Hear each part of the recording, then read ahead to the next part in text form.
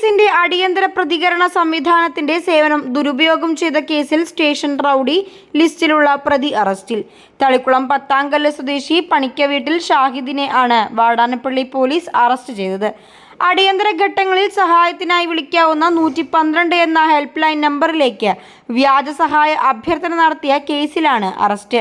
അടിയന്തര പോലീസ് സഹായം അഭ്യർത്ഥിച്ച് പ്രതി ഷാഹിദ് പ്രതികരണ സംവിധാനത്തിന്റെ കൺട്രോൾ റൂമിലേക്ക് വിളിച്ചിരുന്നു. കൺട്രോൾ റൂം ഇത് സംബന്ധിച്ച വിവരം വാടാനപ്പള്ളി പോലീസിന് കൈമാറുകയും ചെയ്തു.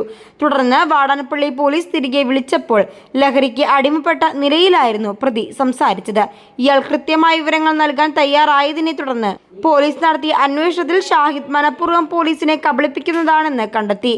തുടർന്ന് പോലീസിനെയും അനുബന്ധ സംവിധാനങ്ങളെയും ദുരുപയോഗം ചെയ്ത കേസിൽ പ്രതി ഷാഹിദിനെ Vadanappally SI AK Sreejith arrest ചെയ്യുകയായിരുന്നു. ഷാഹിദ് വാടാനപ്പള്ളി, വലപ്പാട്, തൃശൂർ ഈസ്റ്റ്, വാളയാർ എന്നീ പോലീസ് സ്റ്റേഷൻ പരിധികളിലായി 11 ക്രിമിനൽ കേസുകളിൽ പ്രതിയാണ്. 20.5 കിലോ കഞ്ചാവ് വിൽപ്പനയ്ക്കായി കടത്തൽ, 6 അടിപിടി, പോലീസിന്റെ ഡ്യൂട്ടി തടസ്സപ്പെടുത്തൽ, ലഹരി ഉപയോഗിച്ച് വാഹനമോടിക്കൽ തുടങ്ങിയവ ഇതിൽ ഉൾപ്പെടുന്നു.